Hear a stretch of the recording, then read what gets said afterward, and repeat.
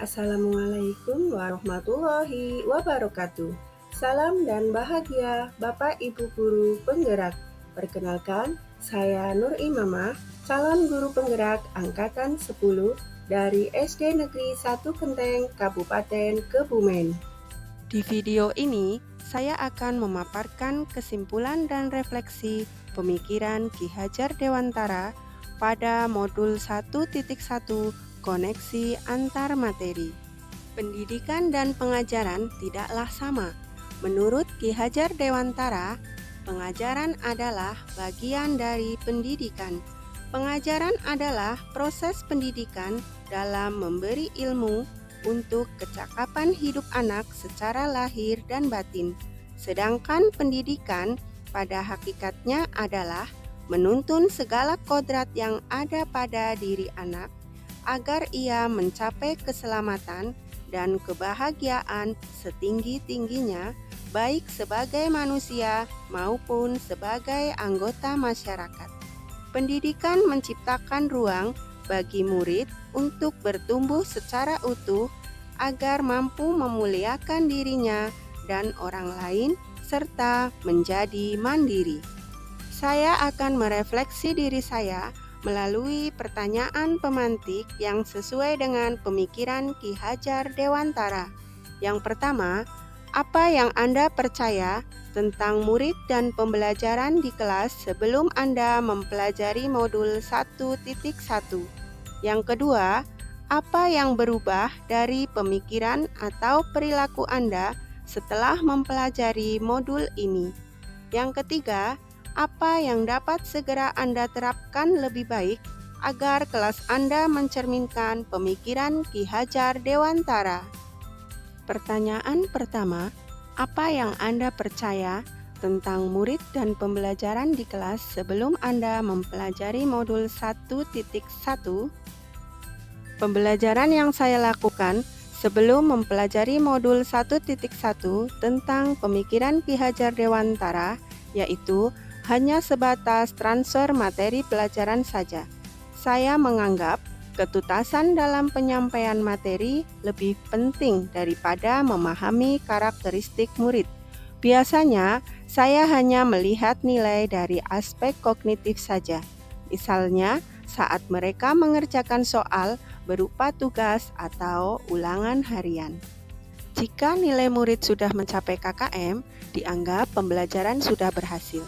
Selain itu, saya beranggapan bahwa murid hanya sebagai objek pembelajaran, sehingga pembelajaran hanya berpusat pada guru atau menggunakan metode teacher center. Sebelumnya, saya tidak mempedulikan apakah murid sudah benar-benar paham dari apa yang saya ajarkan atau belum, karena fokus utama saya lebih ke ketercapaian materi. Saya pun hanya meminta siswa menghafal materi yang saya ajarkan tanpa memikirkan bagaimana cara agar materi tersebut dapat dipahami dengan sepenuhnya. Sehingga saya pun sering merasa gagal atau mengeluh jika banyak murid yang tidak tuntas setelah melakukan evaluasi. Pertanyaan kedua yaitu, apa yang berubah dari pemikiran atau perilaku Anda setelah mempelajari modul ini? Setelah saya mempelajari modul 1.1 tentang pemikiran Ki Hajar Dewantara, saya menyadari bahwa apa yang saya pikirkan dan saya lakukan selama ini tidaklah tepat. Seharusnya saya melakukan proses pembelajaran secara menyeluruh, bukan hanya aspek kognitif saja, tetapi juga afektif, psikomotor, spiritual, sosial, dan budaya. Murid bukan sebagai objek pembelajaran, melainkan sebagai subjek pembelajaran. Artinya, murid memiliki kebebasan berekspresi, mengemukakan pendapat, dan berkreasi sesuai dengan metode atau model pembelajaran dan media yang tepat. Guru seharusnya sebagai fasilitator pembelajaran. Guru juga harus ikhlas, penuh kesabaran dengan segala ketulusan hati, agar terwujud pembelajaran yang menyenangkan dan berpusat pada murid. Selain itu, saya juga harus mempelajari karakteristik murid karena setiap anak dilahirkan unik dengan kelebihan dan kekurangannya masing-masing. Saya harus menghargai setiap karakter murid, memberikan kesempatan murid untuk tumbuh sesuai dengan kodratnya. Pertanyaan ketiga yaitu, apa yang dapat segera Anda terapkan lebih baik agar kelas Anda mencerminkan pemikiran Ki Hajar Dewantara? Yang dapat segera saya terapkan lebih baik agar pembelajaran di kelas saya mencerminkan pemikiran Ki Hajar Dewantara antara lain, merancang pembelajaran yang interaktif dan menyenangkan dengan melibatkan murid sesuai metode student center. Berikutnya, saya akan menerapkan pembelajaran abad 21 yang sesuai dengan pemikiran Ki Hajar Dewantara, yaitu berpikir kritis, kreatif, komunikasi, dan kolaborasi, dengan berpegang teguh pada konsep memerdekakan anak.